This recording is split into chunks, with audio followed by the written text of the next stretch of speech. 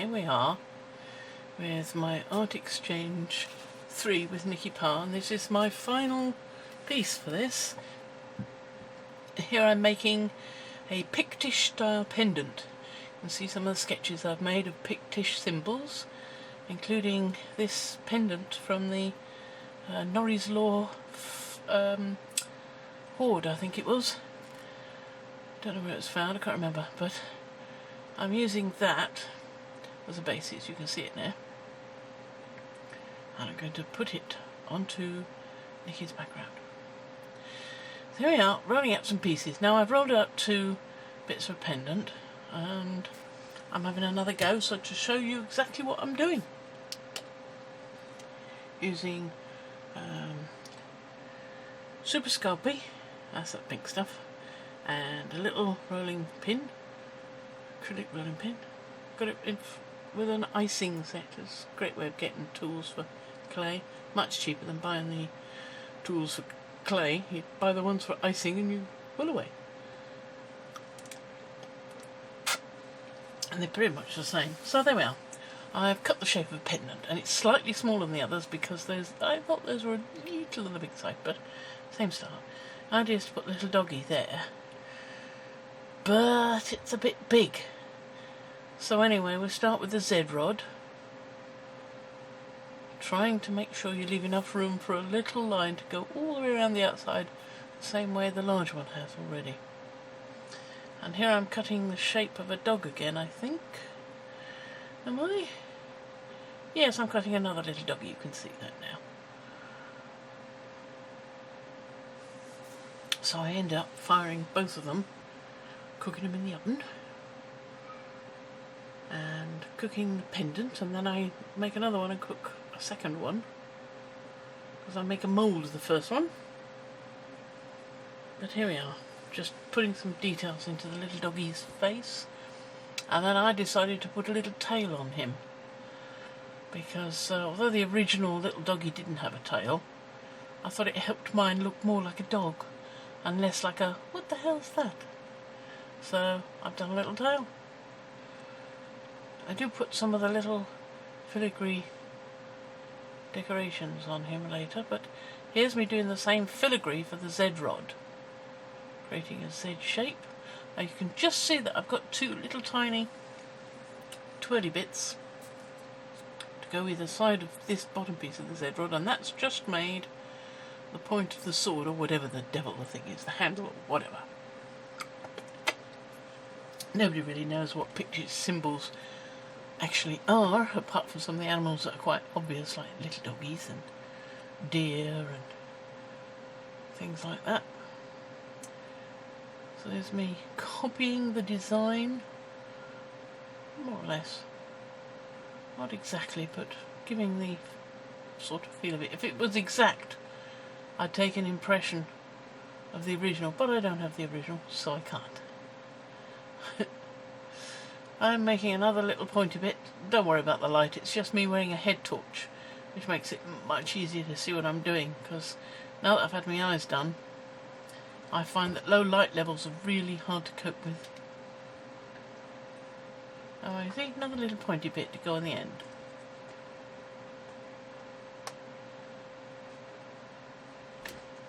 An arrow or sword handle or spear head. Don't know. Part of the design anyway.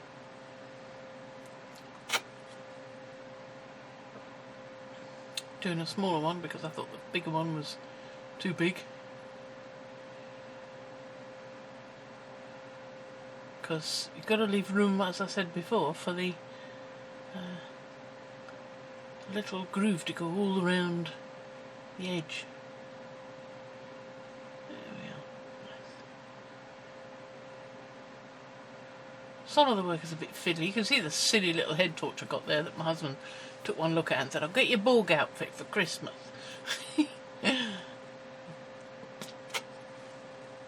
I hope he does. Be quite a bit of fun to go with my steampunk hat I'm hoping for. Thought I might do a pic of me in a steampunk hat with the goggles and all the bits. I've got a winter coat that would do beautifully to go with it.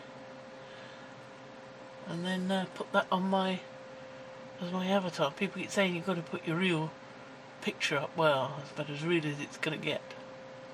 If I can get that. I've requested some steampunk bits for Christmas. They may happen, they may not.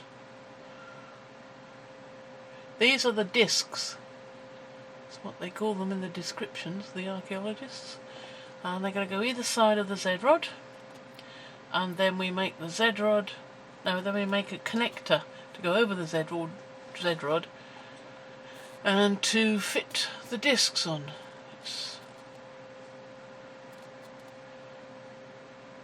I've zoomed in a bit so make you see it a bit better.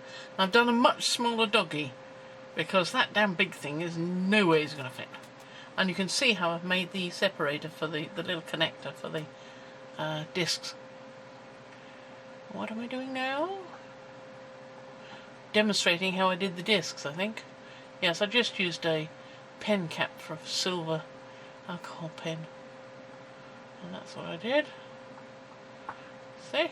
Except, of course, that one of the circles is from a much smaller pen top. What I actually did is use two the same size. But it shows you how I did it. Because I forgot I wasn't recording while I was doing it. Yeah. There's me making the hole to hang the pendant. To let the cord go through. Even though the doggy was too big to go on here, I end up firing him as well. I'm really quite pleased with the way the pendant turned out. I've yet to do some little bits. It's showing you how I did the S's, the little swirls that went on the discs. There we are, just marking out the groove around the edge. There we are. Now that one's baked, and there's some heads I baked as well. I wanted to bake them as a doggy. Now I'm going to try out these silver paints. Now there's a Reeves one for it's absolutely ancient, and those metallic ones that I showed you with the purple one, those were kids' paints. The purple was fine. The other one is the I can't remember where it's from. I did show you, so you could pause it and have a look. It's one of these Inspire, I think. Inscribe, sorry. One of the inscribed ones, I think. Silver paint. But that turned out to be the best one. You can see I've tried one there. And here I'm trying another silver paint. And this one is I think it's the child's one, the toy one from Wilco. And it's absolutely terrible. So it's a good job I tried it first, because I definitely don't want to use that. And here's the inscribe one. And that is much better. Really is much better coverage. You don't even need a second coat if you don't want to. So, of course, I'm so happy with that. I just moved everything out of the way, put some more silver down, and I'm painting the pendant. I make a copy of this after I painted it because I want to see how it came out. And it worked so well, and that's what I did. I think I touched this up a little bit as well, just to be on the safe side, but I put the silver on both sides. And again, I think I forgot to sign it. I never do remember to sign stuff. Oh well. Never mind. I'm just showing you the tools that I've been using to make various marks. And then there's Nicky's background, and there's the cord threaded through, and that's where it's going to go. And then I'm drawing the outline for the deer. I'm going to do a picture of a deer, like the picture, the sketch on the left there. And then I do some symbols around, going around the outside as well.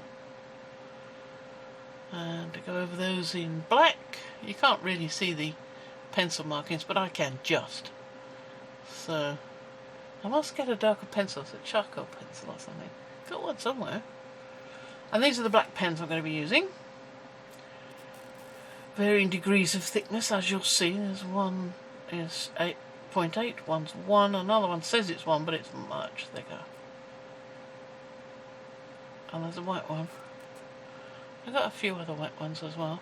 I end up using the white quite a bit to go around and do some little dots and additions and highlights and things like that.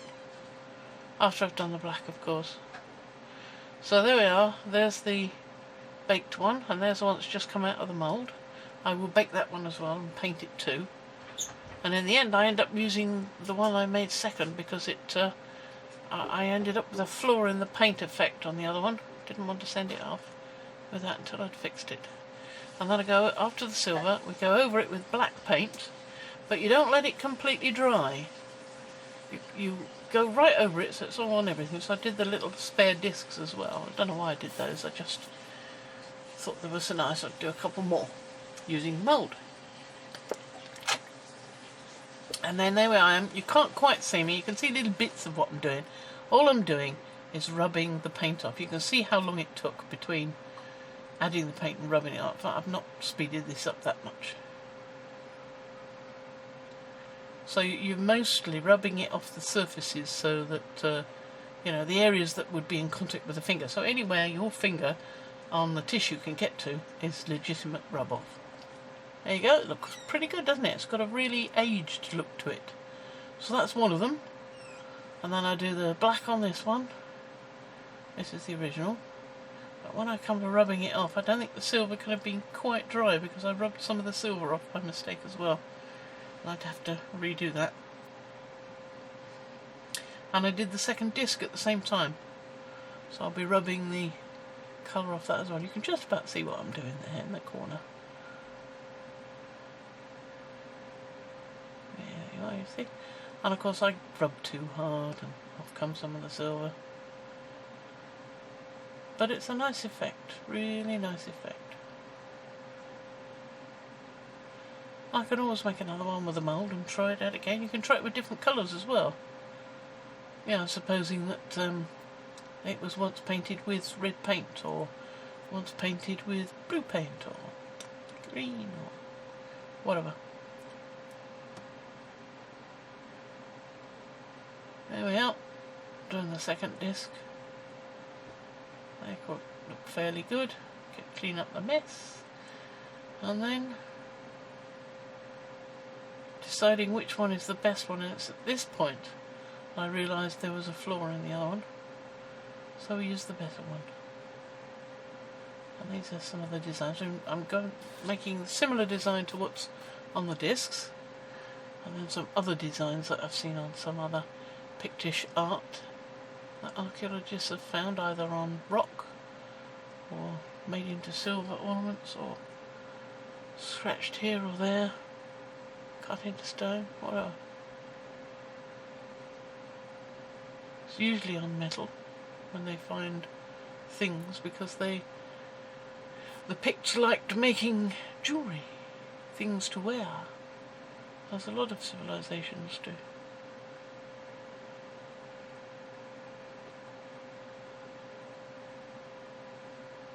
And there we are, there's the deer's antlers, one of them, and that's the second antler. Yeah, up it goes. There we are, that's that one finished. Just about. Yeah, I might rub off a bit of the pencil markings, but that's basically it. And there's another design. And I'll just do a few going around with varying bits and bobs. Pictish art. There we go. Not much more to say. I just go around with some white after this, after I've picked out all these shapes and twirls. There we go. See, the pendant will sit there, and it's pretty good, nicely surrounded by these other bits of art.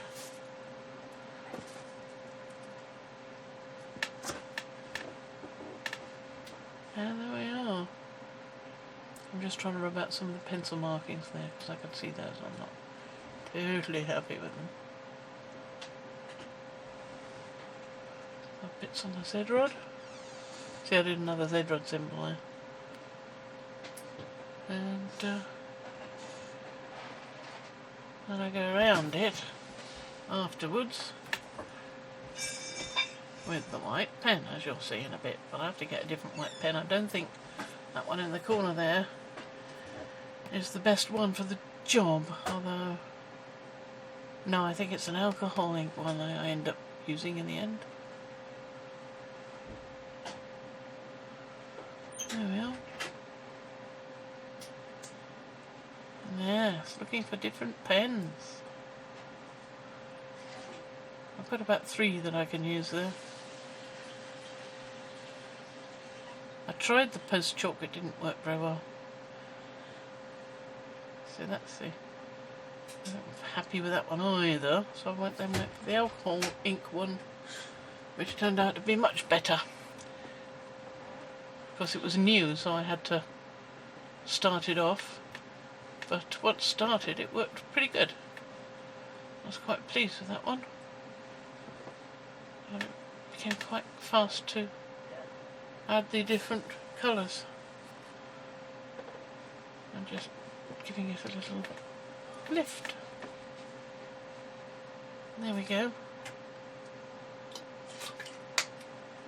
Glint in the deer's eye and some little highlights on his hoof.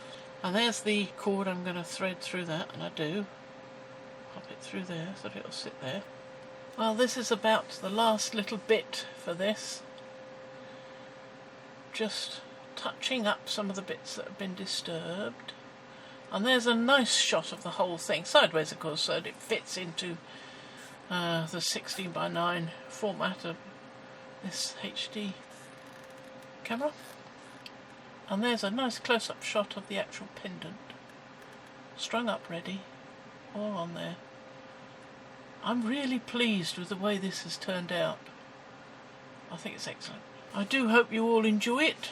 That is about it. I'll just package this up and send it off. Bye.